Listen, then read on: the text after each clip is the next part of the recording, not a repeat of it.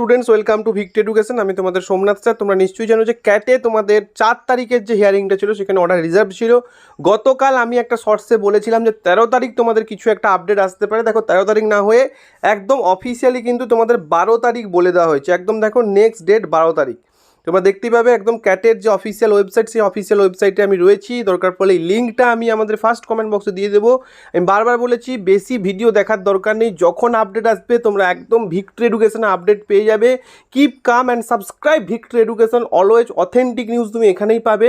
গতকাল কিন্তু আমি বলেছিলাম যে 13 তারিখ কিছু একটা আপডেট আসতে পারে, কারণ 13 তারিখ কিন্তু স্টে রয়েছে। দেখো 12 তারিখে কিন্তু চলে এলো। তাই সঠিক ইনফরমেশন পাওয়ার জন্য একমাত্র সাবস্ক্রাইব করবে ভিক্ট এডুকেশন। নেক্সট 12 তারিখ কী হয়, কারণ কেসের যথেষ্ট গাম্ভীর্যতা রয়েছে। আগেও আমি এক্সপ্লেন করেছিলাম, আর গাম্ভীর্য কেস কিন্তু অর্ডার হুট করে দেয় না। অর্ডারটাকে আরও অনেক তারা দলিল দস্তাবেজ সব কিছু ভেরিফাই করে অর্ডার দেয়। থ্যাংক ইউ প্রত্যেককে। Subscribe Vict education.